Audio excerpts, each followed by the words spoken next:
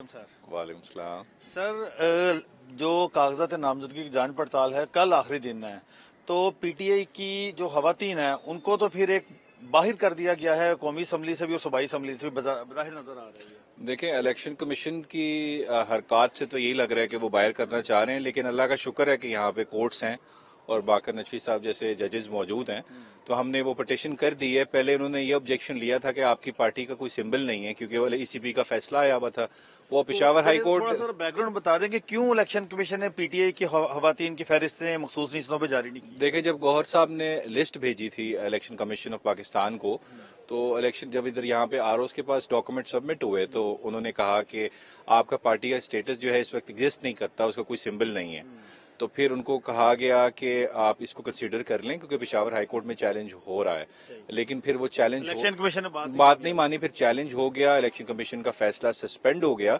और उसमें फैसले में लिखा हुआ है कि आप वेबसाइट पे पब्लिश भी कर दे सिंबल दोबारा, लेकिन उन्होंने वो ऑर्डर इंप्लीमेंट नहीं किया इलेक्शन कमीशन ने। तो हम फिर यहाँ पे लाहौर हाई कोर्ट में हमने पिटिशन फाइल की कि इनको डायरेक्शन दे के वो एक लेकिन तो आपको हमारा। याद होगा लाहौर हाईकोर्ट का वो वाला ऑर्डर जिसमें रिटर्निंग अफसरान को मुअत्तल किया गया था, वो तो फौरी उन्होंने अमल दरामद कर दिया तो था। यही तो कह रहा हूँ, इलेक्शन कमीशन की बदनीति जो है वो हमें अब से नहीं, पिछले 6 महीने से साफ नजर आ रही है।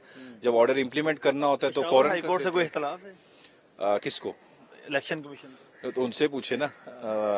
हाई कोर्ट से इख्तलाफ आपका हक है, आपको हो सकता है, लेकिन उसका ऑर्डर तो इम्प्लीमेंट आपने करना होता है ना। नहीं तो फिर कंटेम्प्ट ऑफ कोर्ट हो जाती है। आर्टिकल 201 में आप पे बाइंडिंग होती है जजमेंट या ऑर्डर जो हाई कोर्ट का होता है। देखिए, अगर तो इलेक्शन कमीशन ने इसी तरह से ही काम जारी रखा तो फिर तो ना तो कौमी असम्बली में और ना ही सूबाई असम्बली में खवातीन, पीटीआई की जो खवातीन है वो तो बाहर हो गई। नहीं नहीं, ऐसा कुछ नहीं होगा। हमने पिटिशन टाइमली कर दी है। अब हमारा जो वेस्टेड राइट है वो प्रोटेक्ट हो गया है, एक तो पिशावर हाई कोर्ट की जजमेंट आने के बाद, और प्लस हमने यहाँ पे जो पिटिशन कर दी है। इलेक्शन तो कमीशन ने अभी वो कहा है अगर कि टाइम ये इलेक्शन कमीशन बहाने निकाल के, मुझे नहीं लग रहा वो करेगा, क्योंकि यहाँ पे कोर्ट में चैलेंज हो गया है। अगर आगे भी वो ले जाए तो that will be their fault, और उसकी वजह से हम सफर नहीं कर सकते। हमारा वेस्टेड राइट हाईकोर्ट क्रिएट ने हो ये चुका भी है। तो आपको कहा है कि आपको पिशावर हाईकोर्ट से ही रिज्यू करना चाहिए था। ये मुझे तो समझ नहीं आ रही उनकी मंतक। मतलब प्रोविंशियल असेंबली पंजाब की सीट के लिए मैं पिशावर हाईकोर्ट कैसे चला जाऊं?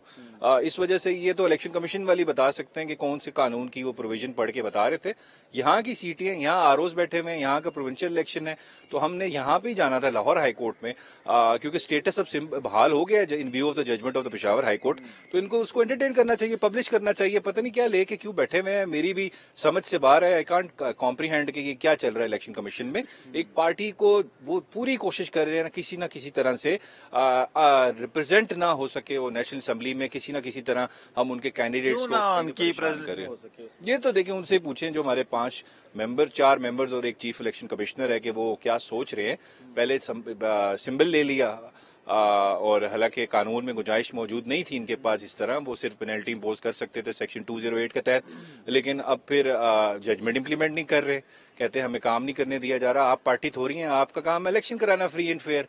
सिंबल्स ले रहे हैं, पार्टी को डिसइंफ्रेंचाइज सलमान कर साहब, रहे हैं। आपने जब से मैंने ये देखा है कि कागजात नामजदगी जमा हुए हैं उस दिन से लेके आज तक आप हर रोज कोई ना कोई दरखास्त लेकर आ रहे हैं। कभी एक उम्मीदवार से कागजात छीने जाते हैं, कभी दूसरे का तजवीज कुनंदा गायब हो जाता है। हर दूसरे दिन आपकी 3-3, 4-4 पिटिशनें लगी होती है। अब तक कितनी की पिटिशनें आपने दायर कर दी? यार, अब तो इतनी हो गई हैं कि अब हमें याद भी नहीं कोई है। अंदाजा नहीं? मेरे ख्याल से 3-4 दर्जन तो हो गई होंगी केस। दर्जन? हाँ, दर्जन हो गई होंगी। और ये देखिए, मैं कभी भी ना कर सकता अगर मेरी जो साथ टीम है, ये जैन साहब हैं खड़े हैं आप पे, ये राय साहब खड़े हैं, हमारे जो इवन जो और मेरे क्लर्क्स ख्याल में हैं। जो भी आपने पिटिशन दायर की उसमें आपको रिलीफ मिला है यार, पीटीआई के मेरे ख्याल से 98% हमें लाहौर हाई रिलीफ कोर्ट मिल रहा है। से रिलीफ PTI क्या, हमारा राइट है। नॉमिनेशन पेपर भी हम जमा ना कराएंगे, कौन सा रिलीफ होता है? हमारा राइट है। वो डिनाई कर रहे हैं तो हमने कोर्ट में जाना है, क्या करना है? हम कोर्ट प्रोटेक्ट कर रही है, इन्फोर्स कर रही है हमारा आर्टिकल 17 का राइट टू कंटेस्ट इलेक्शन। ये रिलीफ नहीं होता। देखे, अब एग्जीक्यूटिव या इलेक्शन कमीशन अगर कानून के मुताबिक काम नहीं करेगी तो हम कहाँ जाएंगे? हमारा राइट अगर वो वॉयलेट करेंगे तो हम किधर जाएंगे? हमने तो कोर्ट ही जाना है। अटेम्प्ट लगने का ना खतरा हो आप पर, किस चीज का? जैसे वो मेयर साहब पर भी नहीं, सुप्रीम कोर्ट में कंटेम्प्ट? मैंने सुप्रीम कोर्ट के बारे में क्या बोला है? नहीं, उन्होंने भी नहीं बोला था। तो वो तो फिर अब सुप्रीम कोर्ट को बताएंगे ना। केस करना क्या, अगर देखे अपना राइट इन्फोर्स कराना या उसके लिए पिटिशन फाइल करने पे कोई कंटेम्प्ट आप पे धारा लगाता है तो खुशी से लगा ले।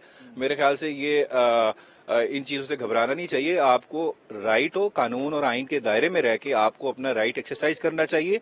अदालतों की आप इज्जत करें, जजेस को स्कैंडलाइज ना करें, लेकिन अपने राइट एक्सरसाइज करने के लिए आपको कंटेम्प्ट या इन चीजों से परेशान होने की जरूरत नहीं आपकी है। खान साहब से मुलाकात हुई, कितने के मजबूत है और कितने वो पुरजोश हैं, पुरअज़म है कि वो सिलेक्शन में अच्छी खासी अक्सरियत हासिल करें? देखिए, मेरी उनसे मुलाकात पहले तो रेगुलर हो रही थी, लेकिन यहाँ केसेस की वजह से मैं काफी बिजी हो गया हूँ। लेकिन ये राय साहब मिलके आते हैं हर हफ्ते में 2 दफा। तो राय साहब के मुताबिक तो खान साहब बड़े डिटरमिन्ड है, स्ट्रांग हैं, और खान साहब ये की चीज कह रहे हैं कि ये लंदन प्लान जो था ना पावर और मनी का, वो एग्जीक्यूट हो रहा है पाकिस्तान में, लेकिन पाकिस्तान की आवाम ने उसको इम्प्लीमेंट नहीं करने देना।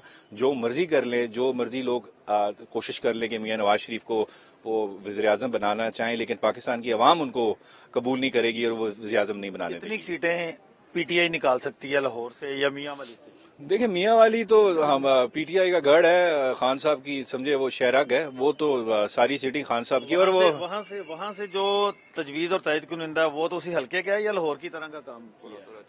नहीं, देखें, वो एक्चुअली जो खबर आ रही है ना लाहौर का, मुझे पता है, वो जो खबर आ रही है ना, वो ऐसे हो रहा है कि 10 दिन पहले वो उस हल्के में था और फिर पता चला कि रातों रात वो दूसरे हल्के में चला गया। यानी तइद कुनिंदा तब्दील हुआ है? जी, ये भी एक काम चल रहा है, अभी उस पे हम काम कर रहे हैं। वोटर तब्दील उस पे हम नहीं हुए हैं, उस पे अभी हम काम कर रहे हैं। इस पे हम पूरा व्हाइट पेपर इशू करेंगे कि बहुत सारे, ये लतीफ खोसा साहब के साथ भी हो चुका है क्या कि उनका भी वो रातों रात दूसरे हल्के में शिफ्ट हो गया उसका वोटर। लतीफ खोसा साहब का भी तजवीज कुनिंदा जी दूसरे बिल्कुल, हल्के से लतीफ खोसा या खुरम लतीफ खुर्रम खोसा, लतीफ खोसा। दोनों में से किसी एक के साथ ये हुआ है। और ये अभी और जगहों पे भी ये इशू आएगा। ये हमें कुछ बड़ी कुछ स्ट्रॉन्ग किस्म की एक वेल प्लान्ड कौन प्लान इवल गेम लग रही है। आई डोंट नो कौन कर रहा है, लेकिन हो रहा है। खैर, कोर्ट है, अल्लाह का शुक्र है, और कोर्ट खुली हुई है। वो कहते हैं ना, doors of justice will always remain open, तो दे आर ओपन।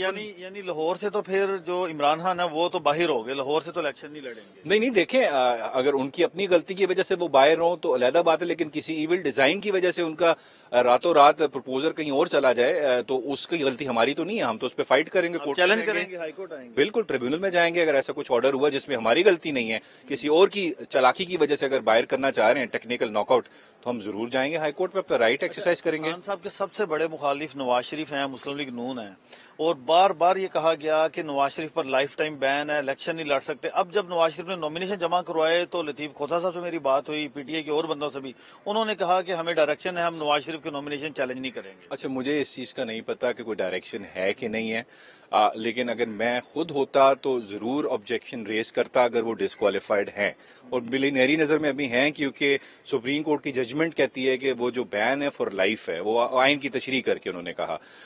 लेकिन वैसे ऑन अ लाइटर नोट, अगर वो कि मेरे ख्याल से वो अभी तो क्वालिफाइड अगर बन जाए आरओ की नजर में, तो फिर अब पाकिस्तान की आवाम तो क्वालिफाई नहीं करेगी ना, वोट तो उन्होंने देना। आपकी नजर में नवाज शरीफ बजाहिर इलेक्शन लड़ने के लिए क्वालिफाई नहीं है और अच्छा केस? मेरा व्यू यही है, सुप्रीम कोर्ट की जजमेंट की रूह में अभी उनका स्टेटस जो है, क्योंकि अभी इसी वजह से काजी फायजीसा साहब ने वो केस भी लगाया है कि लाइफ टाइम है कि नहीं। That means there is a grey area, उस पर क्लियर नहीं है।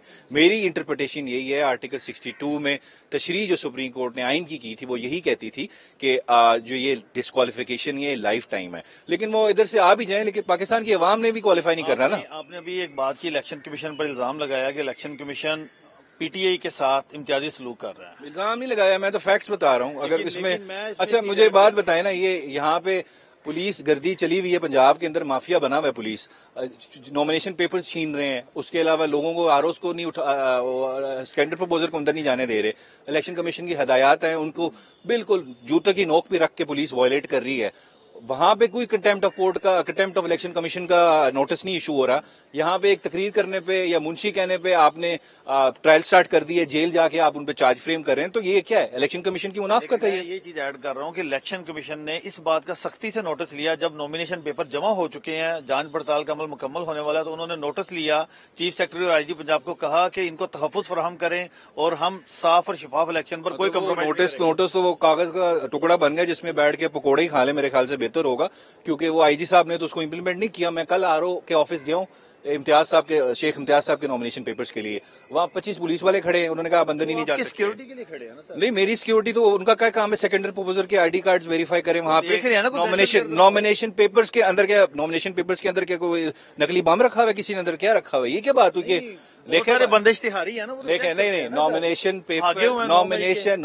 पेपर जो है ना, उसको वेरीफाई करना आरओ का काम है, इलेक्शन कमीशन का काम है। पुलिस का काम नहीं है कि वो वेरीफाई करें कि आपने नॉमिनेशन पेपर में क्या लिखा है, किसके सिग्नेचर ठीक है गलत है। ये इलेक्शन कमीशन का काम है। उनका काम है लॉ एंड ऑर्डर मेंटेन करना, वो वहां पे मेंटेन करें। आपकी बात दुरुस्त है। वो देख रहे हैं कि 9 मई के जो इश्तिहारी हैं वो भी पकड़े नहीं जा रहे, तो वो तो उनको देख वहां पे तो 70 लोग थे, तो सारों के चेक करें। जो अंदर जा रहे हैं उन्हीं का खाली चेक करना है उन्होंने। कैंडिडेट्स ही है ना प्रोक्लेम्ड ऑफेंडर्स, वो तो नहीं थे ना। कैंडिडेट होते तो उन्होंने पहचान के पकड़ लेना था।